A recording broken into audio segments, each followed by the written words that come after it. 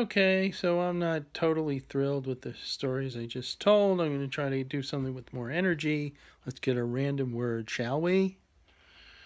Okay, here we go. Random word is voltage. Voltage. Can we see that? Boom. Voltage.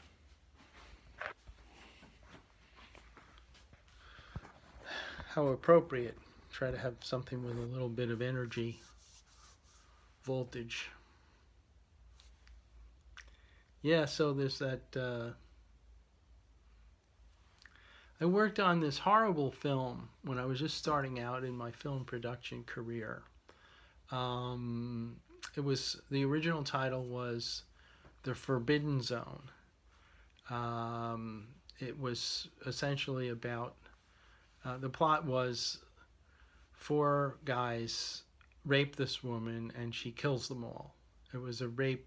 It was sort of jumping on the rape revenge uh, plot that there had been a legit movie somewhat in that era, but this was a low budget thing. And I mean, there was a script, we had a cast, I was on the crew, I did sound recording, some sound recording, and some lighting and stuff. Because it was a small crew, small budget. I have to say that the movie was retitled in later years. I think inevitably it went directly to video. It was never the kind of film that, even though the cinematography was pretty decent for our budget, the movie was crap. It was retitled, I'm not making this up, retitled I Spit on Your Grave. And I've been shocked in recent years, many years after this, I worked on this dog, to put it politely, to find that it's described like on Wikipedia, I assume from the director, who was kind of a slimy character, himself, somehow got a Wikipedia listing that, and you'll see it described as a cult classic. How this movie could be, a cult classic, any kind of cult, anything. I was shocked to hear that my younger kid Mal had a roommate and has a friend who was familiar with the film and had seen it. Described it as a sort of a cult film years after the fact. It was astounding to me that anybody has ever seen this thing. And even more astounding, there have been some sequels done, mostly by the same director, who I guess this was his moment of glory. It was to direct this piece of dreck. But voltage was the word, if you recall, from all of this. So there came a point where we were doing a bit of night shooting, so everybody doubled up on jobs, and I was part of the lighting crew. There were like 2 or 3, maybe 4 people, and we were laying cable, for the fairly high wattage lights, cable running through wet grass and extension cords, and we have to like put them together in the wet grass. And we would regularly sort of get shocks, which is not, it's not recommended sort of safety procedure to be laying cable and plugging things in with carrying a lot of current, I guess, in wet grass. Now, current is amperage.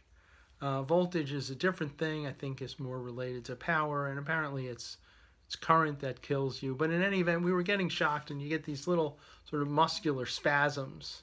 And, we were aware that that's the kind of thing that could kill you,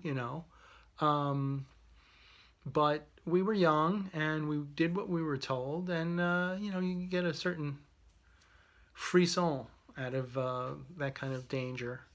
But we knew it was not a good idea. It was not the only instance of danger on that shoot. There was also a moment where the script, because incredibly there was a script for this thing, called for one of the four guys who ends up getting taken out by the rape victim. Script called for him to be hanged, I think is the word, not hung, hanged by the neck from a tree. Basically, she hauls him up by a rope that's around his neck. So we had rigged up. Apparently, it's a thing. When you have to hang somebody in film and you don't want to actually kill them, there's a harness that goes like around the chest and underneath a shirt, and then you have a noose that is not really constricting the throat or holding the weight of the body, but it's there, sort of a decorative noose. Like your decorative noose, like if you're going out for kind of a tan tie party for Halloween, that kind of thing. It's just there, your cosmetic noose. And then it would hook to the harness in the back, sort of hidden, and hold up the body in a non-lethal manner. So we did this and we hauled the body up, but before we did it, I was the only one who thought, guys, and just in case something goes wrong, let's give the actor, the hapless actor, some kind of a signal that he can give us in case he's in distress up there in the tree, so that we can let him down. We had a pulley.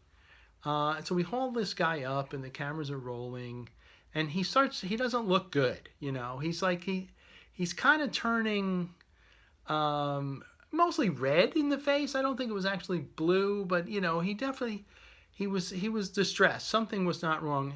It turned out that the harness, the weight of his body on the harness was itself preventing him from breathing, which is really, in a sense, other than the breaking of the neck, which never happened, all that you could really ask a noose to do for you if you were looking to actually hang somebody. So I noticed that, and I had given him the signal. The safety signal was to raise his arm. The problem was he was so distressed that he couldn't raise his arm. So eventually it fell to us to just recognize this guy doesn't look good, and we let him down, and he was like practically unconscious, and we had to rush him to the hospital. And I was very angry at the director at that point, because the director was kind of an asshole, and so maybe that's why I was angry. But just the fact that this guy's life had been threatened without really engineering the gag, as you might call it. Good name for this one, gag. I just got angry. So we were in the forest, and there were a lot of downed branches of trees, and I rampaged through the forest, breaking them against tree limbs. The way you would do if you wanted to maturely indicate you were angry at a director. It's kind of a standard move. I probably don't need to tell you about it. And I remember the cameraman, Yuri Haviv, who was really good, the DP cameraman.